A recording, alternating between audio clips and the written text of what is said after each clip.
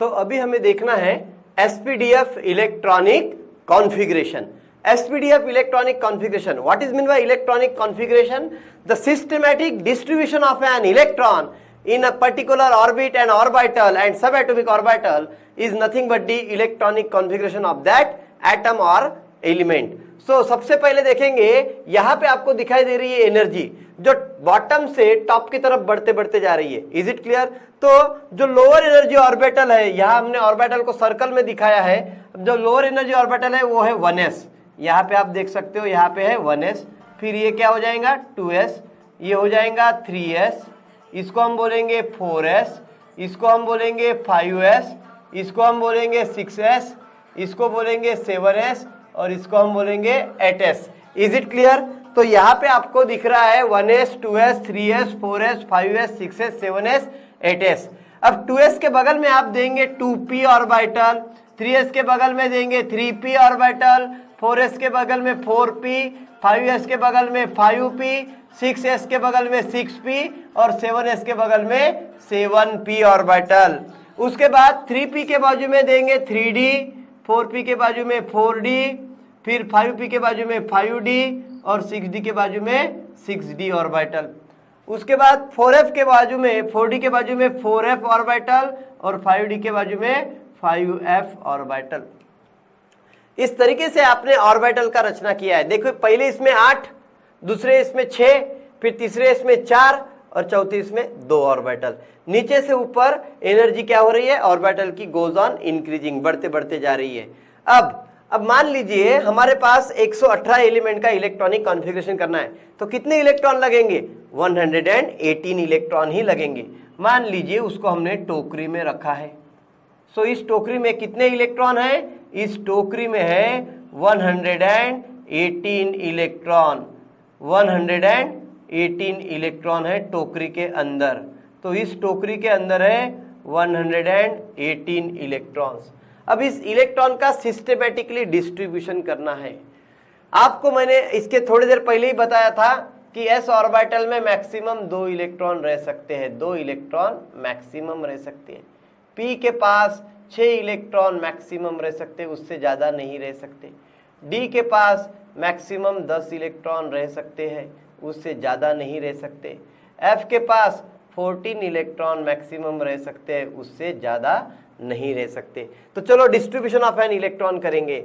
सबसे पहले हम लोअर एनर्जी ऑर्बिटल के पास जाएंगे, क्योंकि अबव प्रिंसिपल बोलता है lower energy orbital filled first singly and then they get paired. तो सबसे पहले लोअर एनर्जी ऑर्बिटल के पास जाएंगे। इसको हम पहले क्या कर देते हैं? लेवल में बांट भी देते हैं। तो ये फर्स्ट लेवल हो गया बेटा, ये सेकंड लेवल, ये थर्ड लेवल, ये फोर्थ लेवल, ये फिफ्थ लेवल, ये सिक्स्थ लेवल और ये seventh level.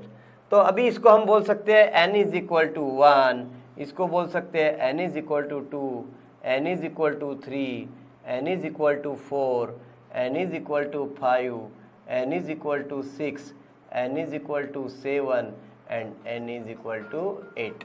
Is it clear? तो यहाँ पे हमने क्या कर दिया है? उसको लेवल में बांट दिया है। ठीक है, उसके बाद अभी हम देख रहे हैं 1s में सबसे पहले जाएंगे 1s ऑर्बिटल में। अब ये सभी इलेक्ट्रॉन है, बराबर है, ये लड्डू जैसे दिख रहे पर ये इलेक्ट्रॉन है। 118 इलेक्ट्रॉन्स है। कितने हैं बेटा? 118 इलेक्ट्रॉन है। इनको डिस्ट्रीब्यूट करना है। तो अकॉर्डिंग टू दिस, बराबर है, हम इसको डिस्ट्रीब्यूट करने का प्रयास करेंगे। सबसे पहले जाएंगे 1s के पास। देखिए 1s के पास गए तो 1s के पास जाने के बाद आपको क्या दिखाई दे रहा है? 1s को आपको देना पड़ेगा 2 इलेक्ट्रॉन मैक्सिमम। तो यहाँ पे एक सीक्वेंस बनेगा बेटा 1s 2। Is it clear? अब 1s के बाद हम अगर आगे बढ़ना चाहते हैं तो हम बढ़ नहीं सकते, क्योंकि यहाँ पे लेवल हो जाती है खत्म। तो उसके बाद हमको जाना पड़ेगा 2s के पास। पहले लोअर एनर्जी ऑर्बिटल के पास जाना पड़ेगा, क्योंकि जो हमारा ऑर्बिटल का सीक्वेंस होता है वो s लोअर होता है, उसके बाद p की एनर्जी होती है, उसके बाद d की और उसके बाद f की एनर्जी होती है। तो इस सीक्वेंस के द्वारा हम जाएंगे सेकंड में 2s के पास।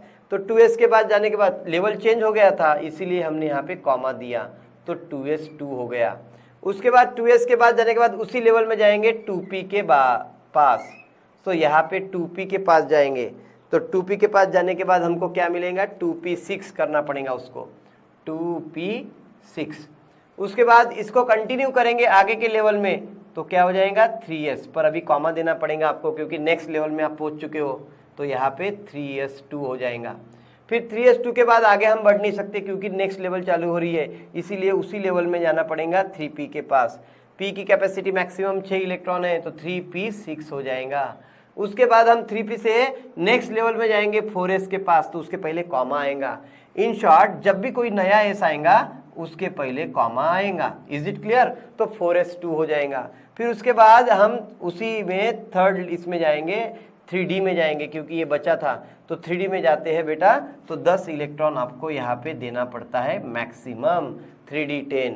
फिर अगर हम जा रहे हैं 3d से इधर 4p की तरफ तो अभी तक कॉमा तो नहीं आएगा क्योंकि हम उसी लेवल के आसपास घूम रहे, तो 4p6 हो जाएगा। फिर कॉमा आएगा क्योंकि अब हम जा रहे हैं हायर लेवल में 5s के पास, तो 5s2 आएगा। फिर से 5s2, फिर क्या आ जाएगा 5s2 होने के बाद फिर से हम आ जाएंगे 4d में, नेक्स्ट नीचे के लेवल में। नीचे के लेवल में आते हैं तो कॉमा देने की जरूरत नहीं है, तो 4d10 हो जाएगा।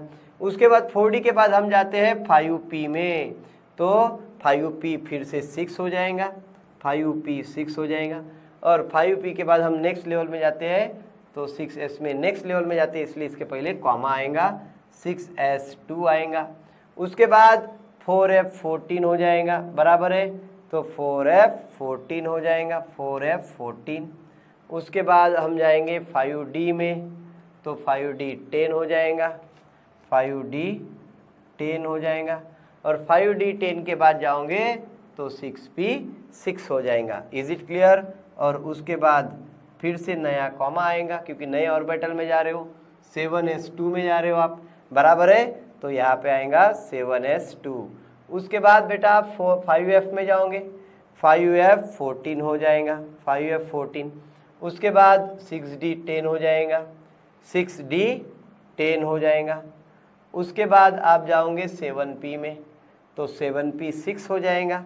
और अभी आपके पास इलेक्ट्रॉन ही नहीं बचे क्योंकि आपके पास टोटल थे 118 इलेक्ट्रॉन। इसका मतलब है जब कभी 119वां एलिमेंट खोजा जाएगा तो 8s में इलेक्ट्रॉन जाएगा और वो डेफिनेटली आपका अल्कली मेटल रहेगा जिसका पीरियड नंबर 8 से वो स्टार्ट होगा और 119वां उसका एटॉमिक नंबर रहेगा।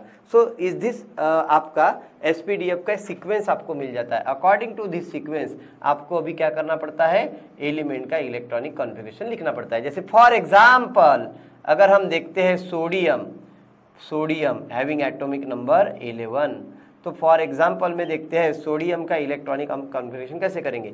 तो इसका एटॉमिक नंबर अगर 11 है बेटा, इसका मतलब है कि इसके पास 11 इलेक्ट्रॉन है, तो उसको सिस्टेमेटिकली डिस्ट्रीब्यूट करना है। तो हमारे पास ये सीक्वेंस भी है, बराबर है। This sequence is known as SPDF sequence. तो अकॉर्डिंग टू दिस सीक्वेंस पहले हम जाएंगे लोअर एनर्जी ऑर्बिटल 1s के पास, उसको 2 इलेक्ट्रॉन देंगे। अब 11 में से 2 गया, बचा हमारे पास 9 इलेक्ट्रॉन। फिर 1s के बाद क्या आता है 2s, तो यहाँ पे कॉमा देंगे। फिर 9 में से 2 इलेक्ट्रॉन यहाँ पे दे देंगे तो 2s2 हो जाएगा। तो टोटल 4 इलेक्ट्रॉन चले गए, 11 में से 4 चले गए तो 7 ही बाकी है।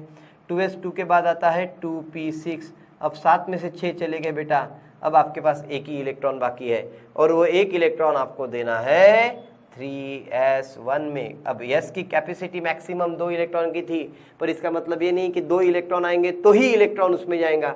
अगर 1 इलेक्ट्रॉन भी रहता है तो वो उसमें जाता है, बराबर है, पर मैक्सिमम 2 से ज़्यादा उसमें जाते नहीं है, इसीलिए 3s1 हो जाएगा। तो this is the electronic configuration of sodium according to that sequence. तो इसको कैसे हम लिख सकते थे, 2 फिर 8, 2 + 6 8, फिर कॉमा 1।